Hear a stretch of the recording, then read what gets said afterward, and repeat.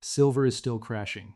The real reason behind today's brutal drop: silver just lost over 20% from its peak in less than 2 months. And here's the part nobody is talking about on financial TV. This wasn't random. This wasn't panic. This wasn't even the market doing what markets do. This was designed. And if you don't understand why silver is crashing right now, you are going to make the wrong decision at exactly the wrong moment. Stay with me. Because what I'm about to show you changes how you look at this metal and at your money completely.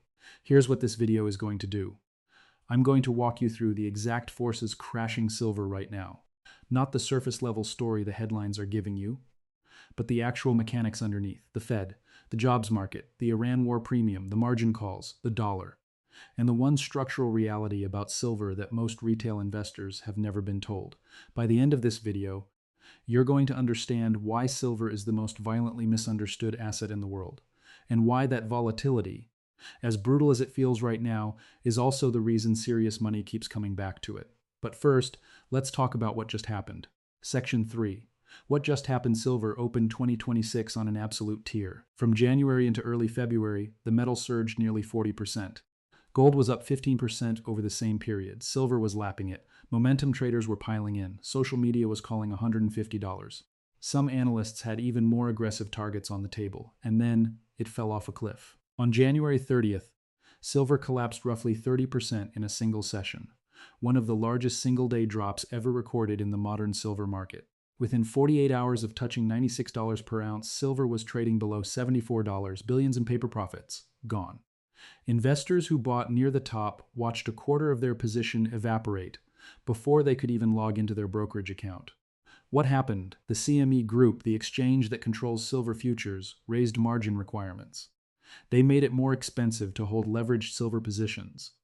And when you raise margins in the middle of a parabolic move, you don't just slow momentum, you trigger forced liquidations. Traders who didn't have extra cash on hand had their positions sold automatically.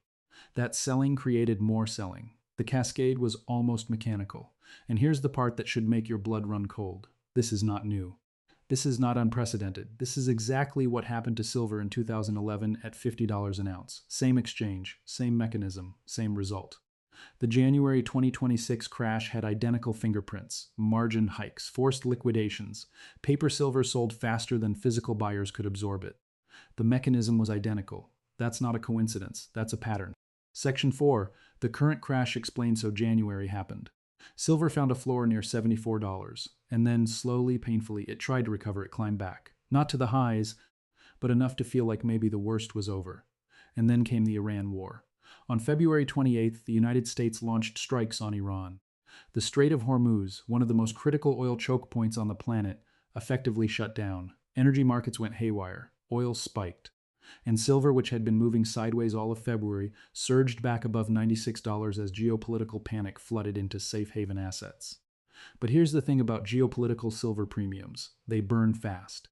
As soon as the initial shock wore off, as soon as markets started pricing in the idea that there might be a resolution, that this wouldn't spiral into a full regional war, that panic premium evaporated. In 2 days, silver shed the entire geopolitical gain, down roughly 13% in 48 hours. Right back to where it had been before anyone knew the Strait of Hormuz was closing. That's the cruelest part of trading silver around geopolitical events. The move up is violent and fast. The move back down is even faster.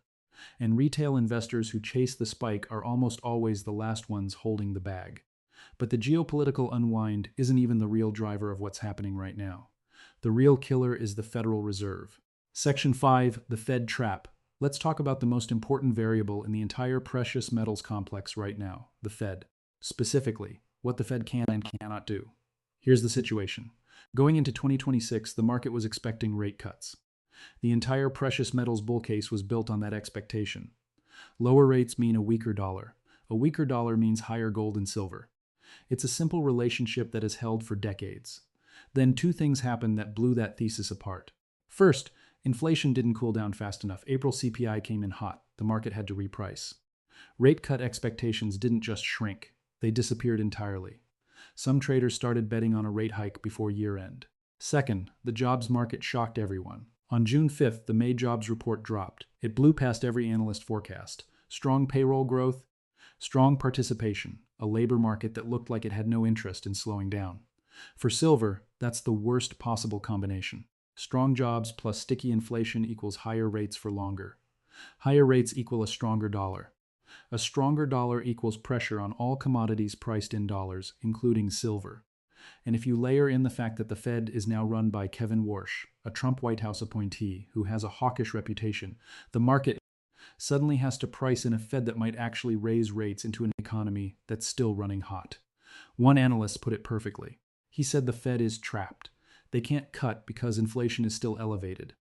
They can't hike aggressively because the geopolitical shock from the Iran war is already straining the economy. So they sit, they hold, they wait.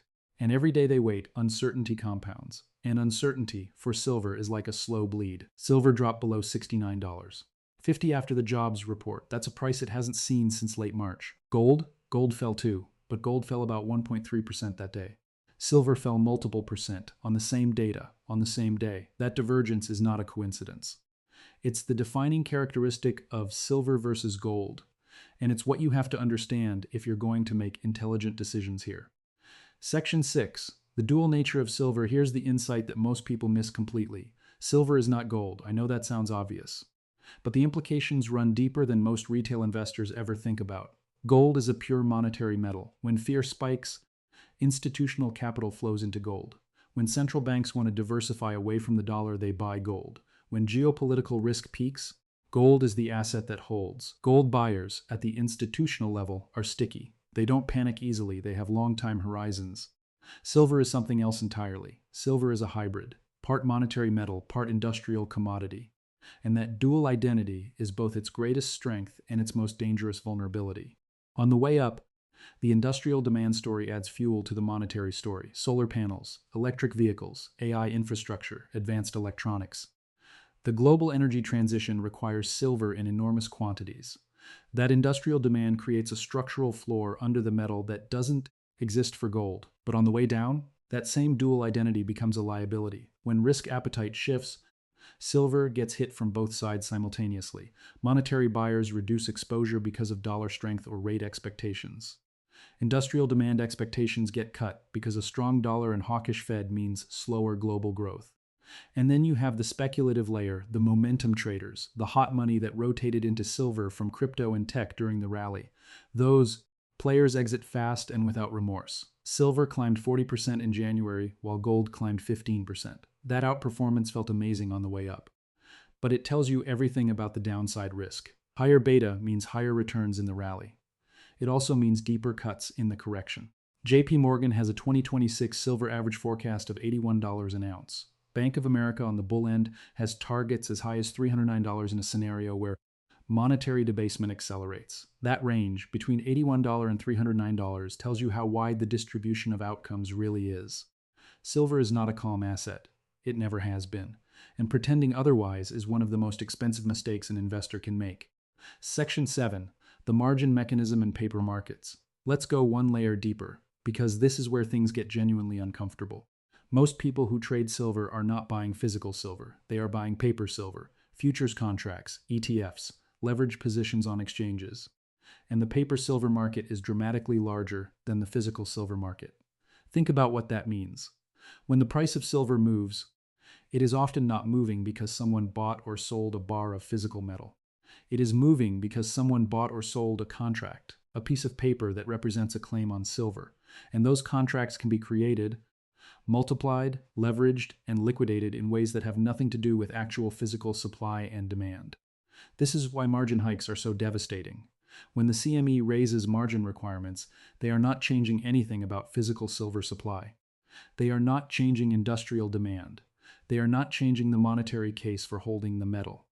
They are simply making it more expensive to hold a paper position, and that forces leveraged players out, which drives the price down, which triggers more liquidations, which drives the price down further. The physical silver market, meanwhile, continues to run at a structural supply deficit. Mine supply is not keeping pace with demand. Industrial consumption, particularly from solar and semiconductor applications, is accelerating. The Silver Institute's data consistently shows a market that is consuming more silver than it is producing. But in the short term, none of that matters. In the short term, The paper market rules. And the paper market is a creature of sentiment, leverage, and margin calls. If you don't understand that, the crashes will always feel random. They will always feel brutal and unjustified. They will always shake you out at the worst possible moment. The investors who survive silver and eventually profit from it are the ones who understand exactly what they're looking at when the margin calls hit. Section 8. Historical context. What always comes next? Here's where I want to slow down, because history matters enormously in this asset class. The 1970s bull market is the benchmark for precious metals investors. Silver went from roughly $1.29 an ounce in 1970 to $50 in early 1980. That's a gain of more than 38 times. It did not happen in a straight line. In late 1973 into early 1974, silver surged 125% in just a few months. Then it spent 2 years falling roughly 45%. Real rates were rising. The dollar was strengthening. Everyone who bought the top of that first leg was sitting on massive losses. And then the second leg began, and it dwarfed the first. The investors who got shaken out in the 45% correction, the ones who sold in panic, who told themselves silver was broken, who decided they'd been wrong about the whole thesis, those investors missed the most extraordinary run in silver's modern history. We saw something similar in 2008. Silver fell over 50% in the global financial crisis. Then it went from roughly $9 to $49 over the next 3 years. The investors who held or who bought during the crash made life-changing gains. And then in 2011, that infamous $50 peak, silver was crushed by margin hikes, just like January 2026. 5 consecutive margin increases over 2 weeks by the CME. Silver collapsed back to $26. That crash felt like the end. It wasn't. Silver spent years consolidating. Prices rose again. The pattern is consistent. The biggest single-day crashes in silver history almost always happen inside bull markets, not at the end of them. Volatility is not evidence that the thesis is broken. Sometimes volatility is the thesis, the price being suppressed, the speculators being flushed, the weak hands transferring their positions to stronger ones. That doesn't mean silver goes up from here in a straight line. It doesn't mean the bottom is in. What it means is that the crash you're watching right now is not unprecedented. It is not unusual. And historically, these moments, as uncomfortable as they feel in real time, have been the setup for the next move, not the death of it. Section 9. The structural case that hasn't changed. Here's what the noise of the crash is drowning out. The structural case for silver is unchanged. The global energy transition is not pausing because of margin calls. Solar panel installations are not being canceled because the Fed didn't cut rates in June. The supply deficit in physical silver is not being resolved because of a strong jobs report. Silver's role in the clean energy economy is unique. There is no viable substitute at scale for silver in photovoltaic cells. Electric vehicle adoption continues to grow globally. Semiconductor demand, with the AI build-out accelerating infrastructure spending, requires silver in quantities that were not part of any demand model from 5 years ago. Central banks are still quietly diversifying away from dollar assets. The US debt trajectory hasn't changed. The long-term case for currency debasement, the monetary argument for holding real assets, hasn't changed either. The Fed may be hiking now, but history shows that central banks always eventually capitulate when the economic pain becomes great enough. Meanwhile, mine supply is constrained. It takes over a decade to bring a major new silver mine into production.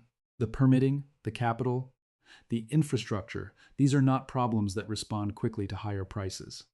The structural supply deficit that has defined the silver market for the past several years is not going away because the price fell 20%. If these conditions continue, sticky inflation, constrained supply, accelerating industrial demand, and eventually a Fed that has to reverse course, the math begins pointing toward silver prices that would seem unthinkable to anyone watching today. Carnage, JP Morgan, Bank of America, Metals Focus, these are not fringe voices.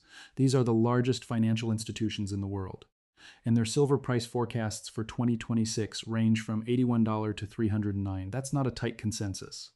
That's an asset class in genuine price discovery, which means extraordinary risk in both directions and extraordinary opportunity for investors who understand what they own.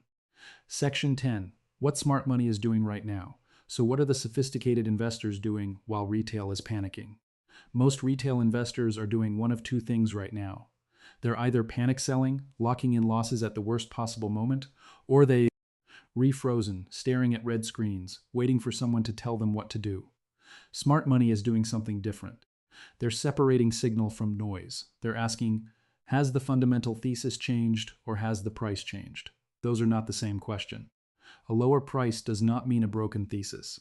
Sometimes a lower price is simply an opportunity to acquire an asset at better terms than you could a few months ago. They're also looking at the gold-silver ratio. Right now, with gold trading near $4,600 and silver around $68, the ratio sits near 67 to 1.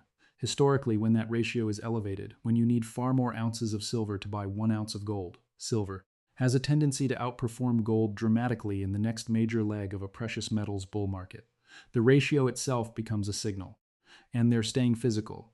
The investors who truly understand silver's volatility are not sitting on leveraged paper positions that can be wiped out in a margin call. They own the metal, they hold it, they don't watch the price every hour. Because when you own physical silver, the CME can't margin call you. The paper market can crash all at once. Your position stays intact. That's not a hot take. That's the oldest lesson in the precious metals playbook. And it's the one most retail investors learn the hard way after at least one devastating crash. So here's where we are. Silver is still crashing. The Fed is hawkish. The dollar is strong. Margin calls happened. Hot money left. The Iran war premium evaporated. And the price sits around $68 down sharply from peaks above $96. But the supply deficit hasn't changed. The industrial demand story hasn't changed. The long-term monetary case hasn't changed. History, 1974, 2008, 2011, consistently shows that the most violent corrections inside silver bull markets are not the end. They are the reset, the capitulation. The moment where fear transfers metal from nervous hands to patient ones. Now, I'm not telling you what to do. I'm not your financial advisor. I don't know your situation, your risk tolerance, your timeline. But I'll leave you with this question, and I want you to sit with it.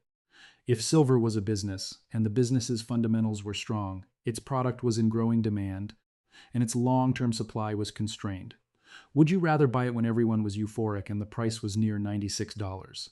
Or would you rather buy it when everyone is panicking and the price is near $68? Fear is not a strategy.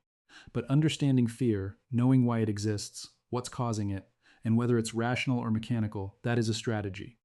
That's the difference between the investors who get shaken out at the bottom and the ones who tell that story years later as one of the best decisions they ever made.